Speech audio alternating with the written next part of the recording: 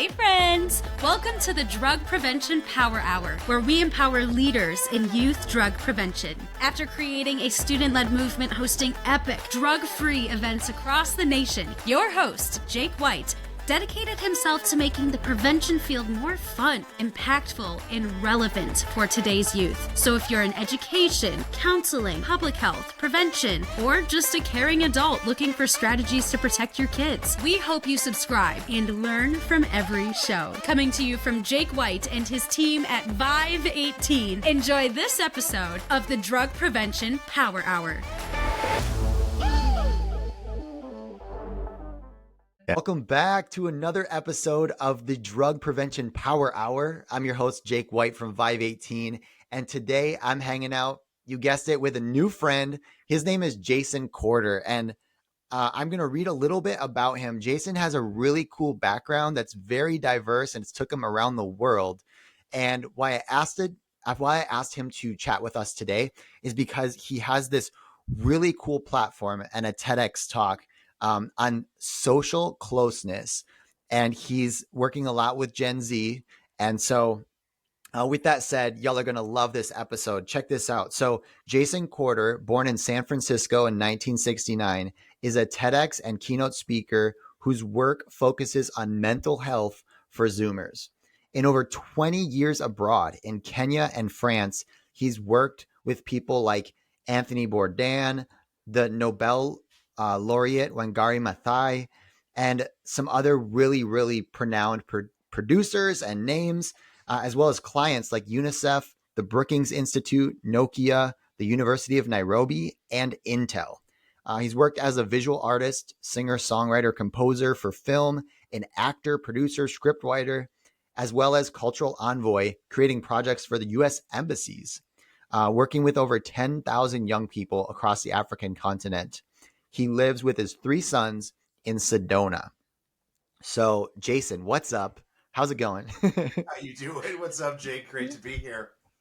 Yeah, this is great. I'm so excited to talk about social closeness, kind of like Gen Z and stuff like that. But will you fill in any gaps for us just to get to know you a little bit better? I know I read your professional bio, but anything else that got you into this work that you're doing or your passion behind it? I would love to hear about that.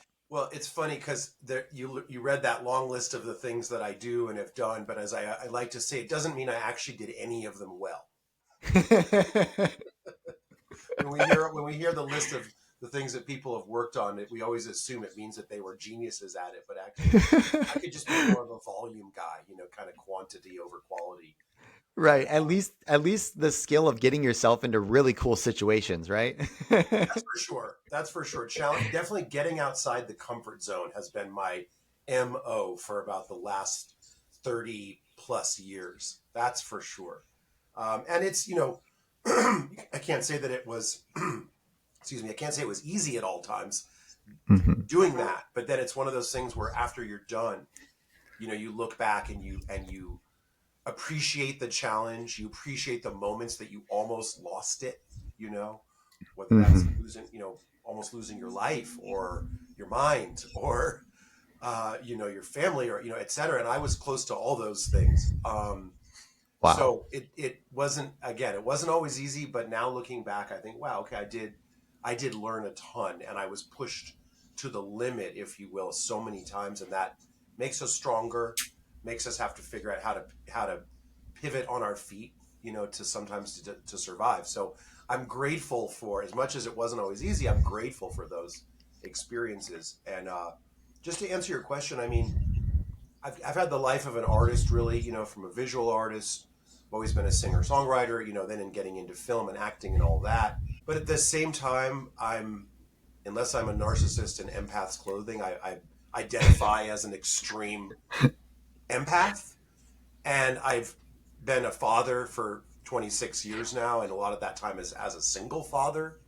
So all of that is to say that, yes, I have my artistic work and creative work, but I also have an incredible passion for, my own sons, parenting, being a good father, and then in general, relating to what Generation Z is going through. And Yeah. seeing that through my own sons, who are my two older sons are 26 and 22. So I have Okay. that creative side, that's that artistic side that people sort of see as being about me. The artist is, oh, it's me. I want to get me out there. But I think there's Hmm. a link between creativity and empathy and Yeah. love, because Right. it's about connecting, I guess. For me, being an artist, it's not about like, oh, I have to do me. No, it's about sharing something that I believe in, that I believe can add value to other people's lives. And I want to share it with them, not so that they say, oh, Jason, you're so great, but that it actually, touches their heart and opens up their heart. Yeah. Well, that makes sense. And there's a lot of motives that we have that are it's expression of, hey, like I want to not only be understood, but understand others and influence, impact, and change lives. And the cool thing is music and art does it on an emotional level that other mediums can't, I mean, it can't even touch because art is so expressive and so relatable. So I'm curious when I'm learning about you, Jason, and your expertise in this season of life. It's like, hey, you've done all these really cool things. You've had experiences across the world, and what I know about you now, and I'm putting like little buckets in my brain of like, okay, Jason, he's working with Gen Z. Um, and then he's working on something called social closeness, and then you're getting on a lot of stages to share, and so you're speaking. So I would love to design this episode to kind of unpack each of those. Can you, our audience a lot of times is working with Gen Z to help them make better decisions, not going down the path of addiction, but developing real coping skills, positive habits, real Yeah, connections. So, can you tell us a little bit about what you've learned about Zoomers and Gen Z, and kind of yeah, maybe some problems or challenges they have, or some yeah. opportunities they have, all that kind of stuff? Absolutely, absolutely. No, I appreciate that question, and I'd love to.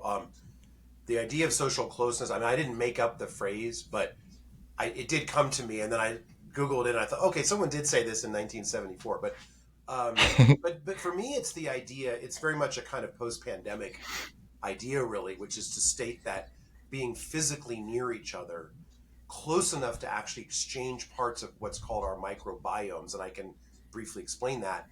That's actually good for our health, and don't take my word for it. That Oxford, NIH even says the same. And I mention all this, of course, in my TEDx talk. Um, we literally, so we have these, microbiomes, which is really, it's things that literally exist on our skin, and it sounds a bit weird. Hundreds and millions of little tiny creatures that are, microscopically small, that of course we can't see, but they're part of our microbiome, and they actually create our health. They're part of our immune system. If we don't have those, we die. It's crazy, but it's true. Wow. And so, in fact, the number one thing you can do to support your health right now is actually to go out into the world and physically interact with as many people as possible in as many diverse environments as possible. It's the opposite of what the narrative has been the last 5 years. I will say this. I've been more and more, everything my dad told me was true when he said that everything they've told you is a lie. And it's crazy, but the more and more the opposite of the narrative more and more these days is actually true, and getting that information out there, that is information that is not profit driven. That's the difference. And I know I'm really Hmm. tangenting right now, which is not even a verb, but so much of the information that we get, and I'm speaking now to Gen Z in the sense that they get, that you guys get, is not information, it's advertising. In fact, Yes. it's very hard to get information that isn't advertising. You definitely Yeah. don't get it from the media. Definitely don't get it if you turn on your TV, or any of that. Obviously, we now find independent sources of information online, and obviously that's what's wonderful. So, I mean, that's something that Gen Z has at their disposal that my generation didn't have. When we were young, because all we had was the sort of quote corporate media, or which is often the profit driven corporations that run the media. Anyway, that was a long diatribe. Hmm. Well, Um, Jason, can I butt in? Because I yeah, think what's our audience is going to really relate to is that, like, the example that comes to mind of exactly what you said is the rise of vaping products. And right now with THC and cannabis products Yeah. is there's information being shared, right? And I put that in air quotes because these companies are paying for studies to be done. Yeah. They're paying companies to produce studies to get the outcome that they want. So you're like, oh, I have to see this as an advertisement, not a study. Correct. They're literally paying for this outcome.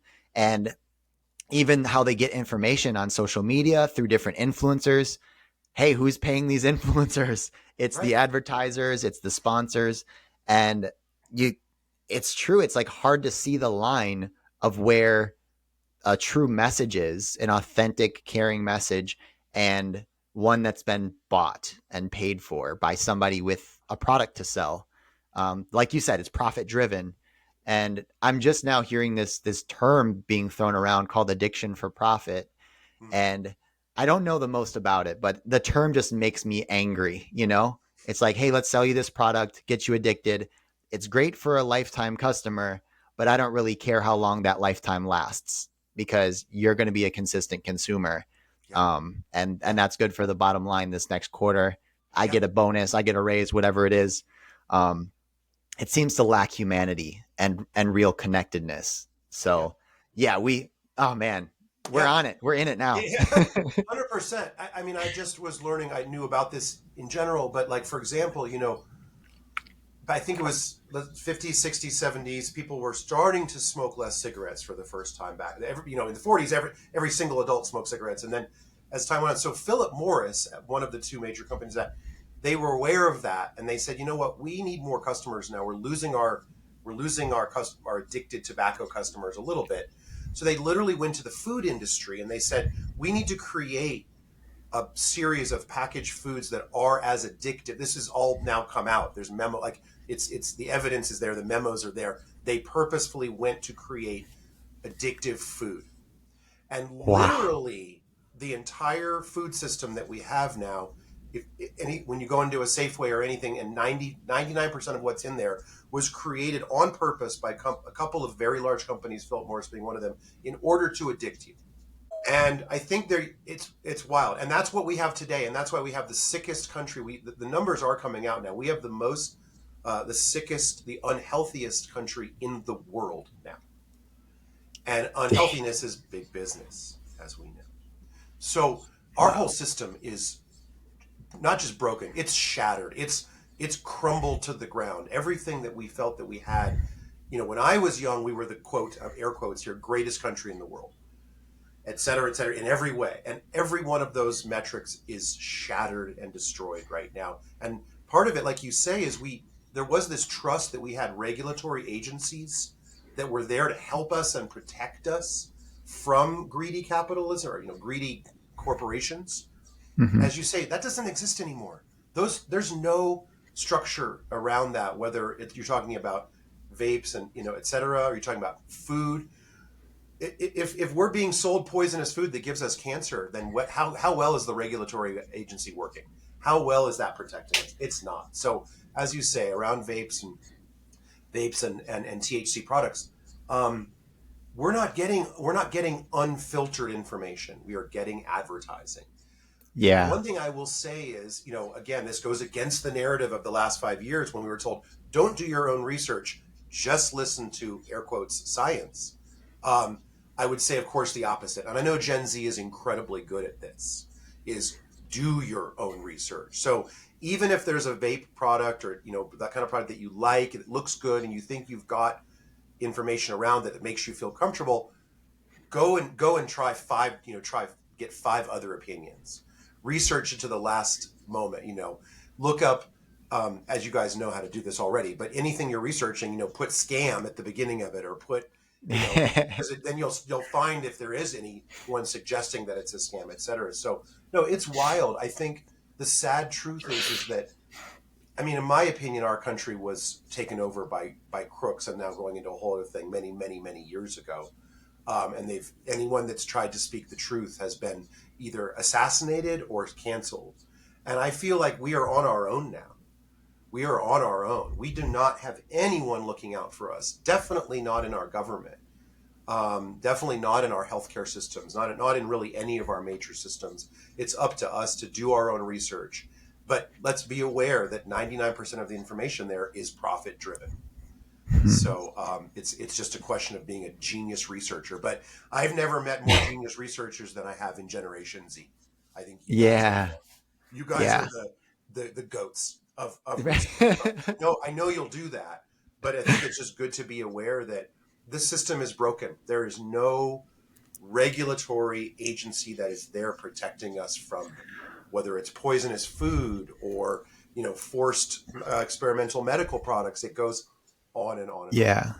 Well, and that's the thing that, I mean, I was giving a presentation down near Miami, and there's parts where it's really open dialogue with the audience and they can ask questions. And it always pops up during, the part about cannabis products, marijuana products, because they've heard all these narratives like it's not addictive. It's natural, so it can't be bad for you. Um, it's used as medicine. Mm, So it's all these narratives that are being told without the side of, hey, with a young brain, it's a completely different drug and it's not the same natural drug that it was. It's synthetic, and knowing what you're consuming.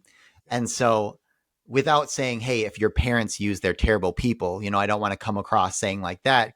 It is very popular. I don't want to be judgy or turn them away, but yeah, going back to the science and really emphasizing, I will trust a study that is done by a hospital. A hospital's job is to save lives, or a medical facility. Like, that's what they care about. And if they save lives, their bottom line goes up. They're actually profitable by saving people's lives. I'm more inclined to trust that study than a different one, because you just kind of look at the motive behind it.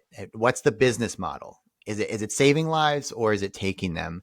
mm, And you kind of, just like you would any court case, right? Hey, what's the motive? Does it make sense? yeah, If it lines up, follow it through and take it for what it is. But can you talk to me a little bit more about social closeness? Because we yeah, we talked about the microbiomes a little bit, yeah, but what is this doing for us, or like what does it even mean? yeah. Exactly. No, absolutely. Well, there's a couple of level, like social closeness to me, that exists on the emotional level, and then it exists on the biological level, and they're both, equally important. So just the biology level, again, our microbiomes, the greater the diversity of our microbiomes, i.e., the more people we've literally like hugged and shook hands with and exchanged a quick exchange, the greater our health. And that's, again, according to the NIH and Oxford, et cetera, is very mainstream actually at this point. So I think a lot of us, especially after the pandemic, is sort of like, oh no, I'm safer if I'm alone. I'm safer at home. No, no, you're not. It's also a fact that people who live alone die younger, and that's why. Now, again, there's two reasons. There's the physical. So the best thing you can do is go out into your community and just start shaking hands, giving hugs, being touchy feely. No, but I mean it literally is true. And I think, That's cool. just before I talk about the emotional side, I think also it's just a mindset.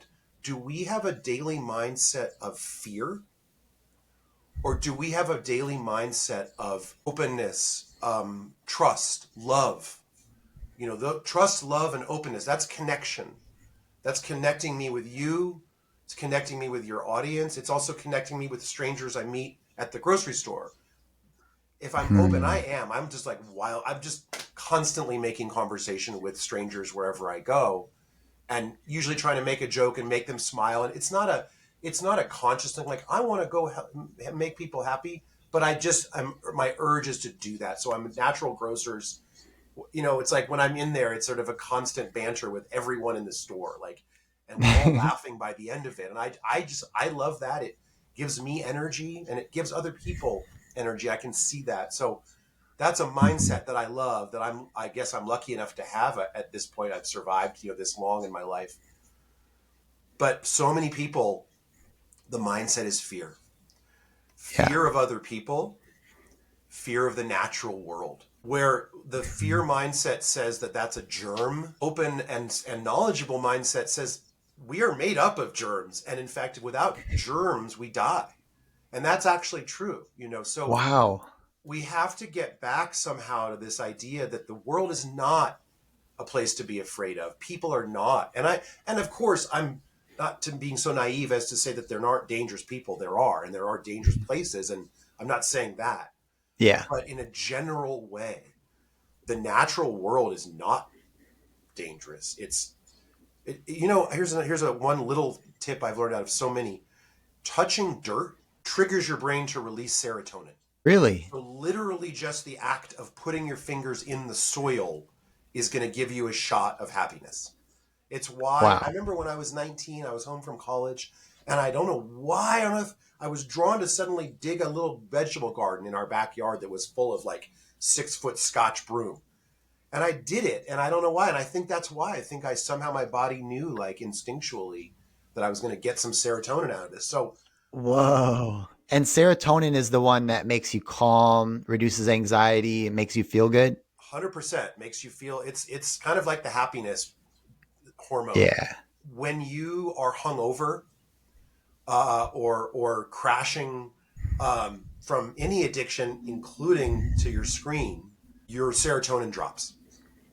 So that's partly why we feel so miserable when we're hungover or after a bender of any drug, Yeah. including our screens. Um, Wow. so sorry, I'm going off on a tangent here. So that's the biological side of social closeness, and then the emotional side, of course, is it's that feeling of love when you hug someone. So, one of the things I say in my speech, and I know it does sound a little naive, but is find someone every single day who is happy for you to hug them. Because it's just an incredible feeling that we can't reproduce. And I know that sounds simplistic and sort of naive, but it is real. It really is. So I definitely encourage that. And then just Yeah. encouraging getting together in groups as much as possible in safe and inclusive groups, Hmm. um, as I say in my TEDx talk, I say, we should be having like live jazz on the streets or, dance competitions or generational mixers where Zoomers and millennials finally get to explain to boomers why they're wrong. I love that. And then just to bring it around this is not social closeness, but it's another tip which I know your listeners, a lot of them know about, is grounding or earthing. So every day, if you just take 15 minutes and make sure that your shoes and socks are off and you're touching either the bare earth or it actually conducts through stone or even concrete. So you could actually be on a concrete driveway that's on the earth and you still get it. But basically, we're electromagnetic beings. We have a bunch of, you need a positive ion and a negative ion together to be sort of a whole thingy. You understand? You know how technical I am. And so stress and screens cause us to have these things called free radicals. That's a positive ion running around without a negative ion. And it's magnet. We're talking about magnetism right now. Well, the Earth is a massive battery.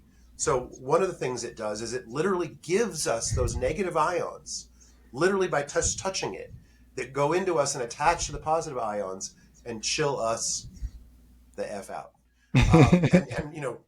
And that reduces anxiety. Touching the earth reduces your blood pressure, reduces inflammation. So if you have chronic pain, literally, and I'll tell you this, I've been finding that the best solutions to most chronic health problems are free Hey, I or like that. very, very, very, very low priced. In fact, and that's the opposite of what the healthcare system tries to teach us. They try to teach it, and it's the most expensive and the most complicated that we are Hmm. taught is going to be the best for us. No, it's the answers are actually, the solutions are actually extremely simple. Yeah. Funny that no one teaches us that in school. God, I wonder why that is. Right? Or if your primary care doctor tells you to do something normal, you're like, I don't pay you to tell me to go Right, stand outside. You're right, like, right. you True. want them to give you this like easy, quick fix instead of doing the normal, natural things that our body's designed to do, like Hundred. being outside, touching the earth, hugging one another, feeling Yeah. connected.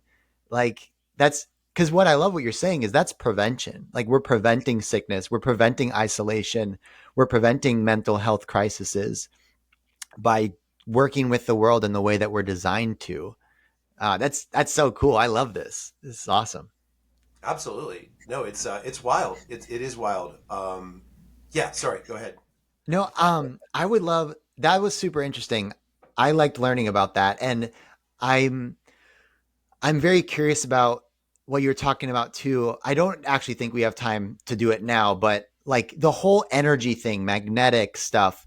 Um, I'm a very skeptical person. So when someone talks about energies Yeah. and even stuff like yoga, I'm like, oh, I don't know. But when I look at the science, I'm like, oh gosh, okay, Yeah.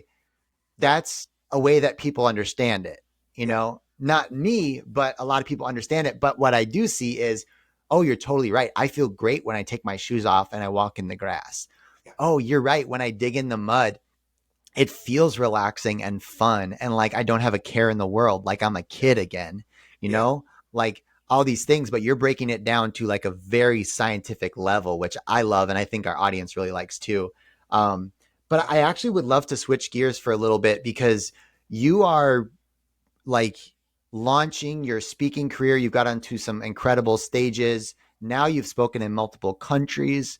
I'm wondering if that was something. It seems like your personality fits the speaking type, Sure. but you're like kind of like me, maybe is like I could talk forever, Yeah. but I need that time and I need that structure to make it engaging. So I'm wondering if you've learned anything Yeah. about speaking that you can share with our audience because our audience kind of has 10 jobs. They're they're like they're writing grants, they're overseeing volunteers, they're speaking, um, they're recruiting volunteers, and then they're running a team. And there's actually a lot more even on top of that. But one of the things that comes through though is speaking with confidence, building a team. There's a lot of things that talking well can just help us with, and being able to present and draw up what we're going to say. So anything that you've learned recently that you want to pass on to them, I would really love that. Absolutely. And I love that question. So yeah, I'll just really quickly tell you something that you would normally have to pay 10 grand to learn, which is how to construct a TEDx talk. But it's the same. It doesn't matter if it's TEDx or any other public speaking moment. Um, the formula that I learned that is kind of out of the box, but it's I love it. Is I'll just say it quickly here. Is you start with a hook. You've got to hook the audience in the first sentence. Whether that's a joke, it's an icebreaker, it's a joke, it's something totally unexpected. It just to grab their attention, so they go off their phones. Oh wow, this guy might actually be interesting. I might actually listen to this one. And I did Okay. that in my TEDx. I won't do it now because a lot of your listeners won't get it because I refer to Monty Python's Flying Circus, and I know that a lot of your listeners don't know who that is. Anyway, see my TEDx talk and you'll see if it's funny. But anyway, Okay. so you got the hook. Little bit of an up story, which is to sort of talk about maybe your childhood or something good, like again, you're in a positive space, and then you plunge them into the down story. So this is now most people have gone through some kind of challenge or tragedy, or most of us. It's hard to find someone who's just had a peachy keen life from age 0 to now. So that's the time to go down it. One of the most important points of any talk is an emotional variation. You don't want the emotions to stay level. You want them to go up and then go way down and then go back up again. That's kind of what we're Hmm. doing. So the down story, you tell the worst moment of your life or whatever the worst challenges you dealt with, and you slow down. So when you're being funny and you're telling up stories, you're talking real fast and you're doing a lot of gestures, and then you start to go into the down and you slow your voice down. Your voice probably should be lower in pitch, and it's so there's these variations of tone and pitch and speed that should be changing all the time, basically, without throughout the whole talk. That there's nothing worse than a talk that goes at the same pace with the same emotion, and then people just start to tune out. So Hmm. you've got the down story, and then you have your quote journey. Your journey is coming back from the ashes. It's your journey, it's story of rising from the Yeah. ashes to the new person that you are. And then once you've kind of done that whole journey process and everything, now it's time to really do your teaching moments. You've prepared your audience, you've hooked them in. They're hanging on every word because of this emotional journey, and now it's time to give value. So they call it it's the teaching moments. I've learned this and I've learned this. And then we phrase it as what's called a call to action, a CTA. That's where you're actually giving them things they can do the second that they leave the audience, auditorium or wherever they are. The second your talk is over, they can go out and actually do that. So they can go and do their grounding. They can go and find someone that'll hug them, et cetera. They can go arrange like boomer bashing events or things like that. So that's, and then, I think I always tell people that if you write a talk, like a 10-minute talk could be 1,000 words. Okay. But you almost, that's probably a good level, but then I would still probably go and cut another 100 out. And the reason I say that, like 900 words or even 800, is everyone's inclination when they're on stage is to do it as fast as possible and get the heck off that stage, because I'm terrified AF right now. Yeah. And I was lucky enough when I did my talk at Valparaiso University, which is outside Chicago in northern Indiana, my TEDx talk. Somehow when I got out of that stage, and I swear this was one of the moments where I literally felt, God and the universe pushing me, which is I went on that stage, and instead of just launching into my talk, I stood there smiling at the audience, connecting with people in the front row that I could see for about 10 seconds. And I thought in my head, well, I know they can edit this out, so I'm going to do this because I know they'll edit it out. Well, funny enough, they didn't edit it out. But it was a really interesting moment. So what I said is I was settling into the energy of the room. And I was connecting with the energy of the room. That's why I like doing live talk, in person, because again, it's all about that social closeness. So I was literally sort of getting some social closeness with the actual audience before I started. And it really helped like ground me and slow me down. So that's my final advice, is slow down when you do a public speaking. Slow down twice as much as you even think you should. And the final thing is that when you make a joke or when you make a particularly impactful statement, take a pause after you've said it. Because the silence in public talks is actually some of the most golden moments. It also shows that you're confident. When we're tense, we talk more and we talk faster. Yep. When we're confident, we slow down and we actually can take pauses. I'm so confident I can stand here pausing and smiling at you, an audience of 1,000 people. That's how confident I am. So it expresses confidence to actually allow yourself to have those silences between the talk. Ooh, I love that. That's golden. Dude, I love it. There you go. $10,000 worth of coaching right there, baby. But now they got to go practice it. So just to recap, because I love this too, being a speaker. Like I always need reminders. I need to practice this stuff. So you said there's a hook when you're writing out your talk. The first sentence, you get them hooked either a and joke interested. or an icebreaker. Yep. Yeah. And then you can tell them a story. It's kind of like an uplifting story or a normal one. Yep. And then it introduces your challenge or your down story. And then you start talking about what you learned through the process. You're bringing them back up. Your journey. You change. Before you tell them what you learned, it's just the story of your journey to rise from the ashes. Okay. And okay. Then it's all. Oh, then your learning experience becomes theirs, and then it will become their call to action. So as you tell your journey up, they're going to learn from it because they're experiencing it through you as well. So that's fascinating. I love that part, right? Like, okay, this is what happened to me. What is it we can use from this? So here's the lessons learned, and here's how you can take it away, which is the call to action. Correct. Okay. Exactly. That's cool. And you have mentioned like this is a simple 10-minute talk, Yeah. I love the fact that I don't love the fact that we have really short attention spans, but I do think it introduces a very cool opportunity for you to become a master at your craft, because anyone could give a 45-minute or an hour-long talk, and you could probably give a longer one, but you have to practice and critique yourself and really get it down to a 10-minute version to say what I want them to leave with and what I want them to do and what's the fastest way to get them there.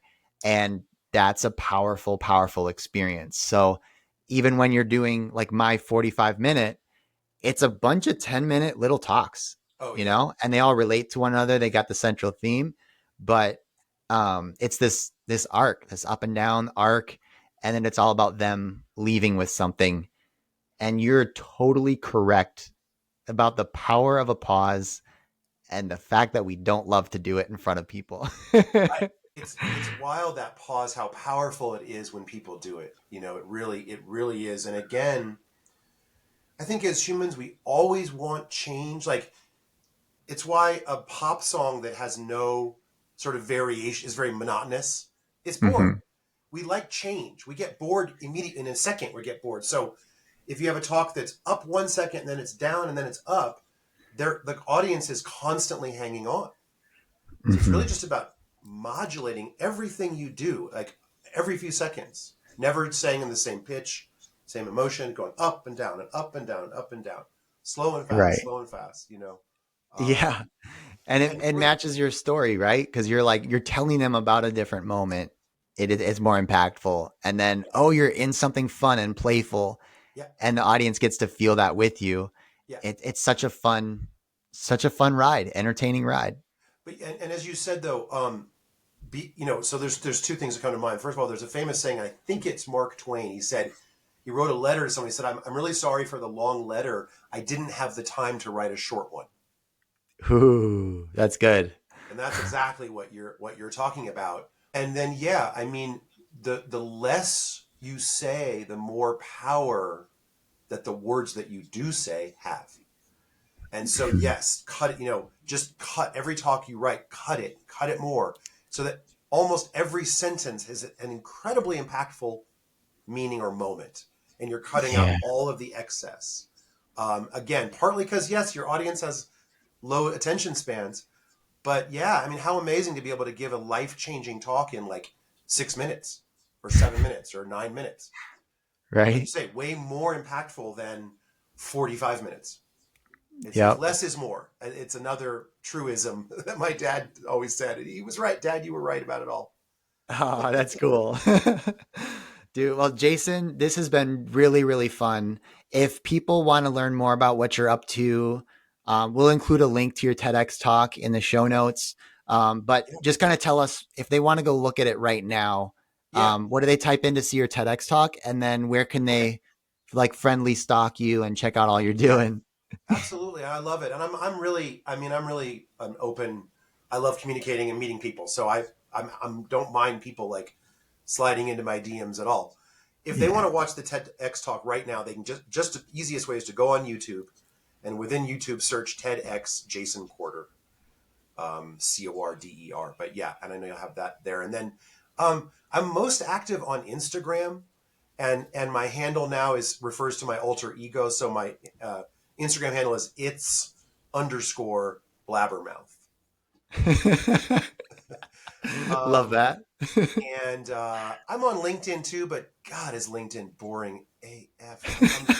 I'm literally thinking of I had this whole epiphany while I was traveling recently. I was like, it's such a square space that I just don't fit into. And I try to do little things there, and it's so boring. And I don't even like corporate jobs or that space, and I wouldn't push anyone to go into it. So I don't know. I'm on there if you want to find me, definitely.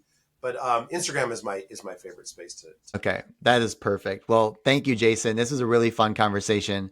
I feel like I could talk to you forever. I'm Just sure with we could. I'm sure, yeah, and we will. We'll get a chance to. This is really fun, Jake. This is really a lot of fun. I appreciate it. yeah, of course. And for everyone listening, this has been another episode of the Drug Prevention Power Hour. I cannot thank you enough for the work that you do.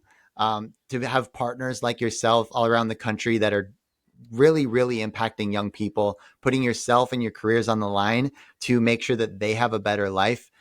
If someone hasn't thanked you in the last week, please allow me to say thank you so much. You are making a difference, even if you don't see it right now. It's catching up, and just like just like I say in my speech, there's some moments that I learned from adults I didn't appreciate as a kid. Jason talked about his dad. I'm sure he wasn't as a teenager so thankful to his dad about those kind of things. But keep up the amazing work. And we'll see you next Monday for another episode of the Drug Prevention Power Hour. Thanks for listening to this episode of the Drug Prevention Power Hour podcast. If you love the show, make sure to leave a review and share what you've learned. And if you need help reducing substance use among youth by educating and engaging students in prevention, visit vive18.com for more information, tools, and resources.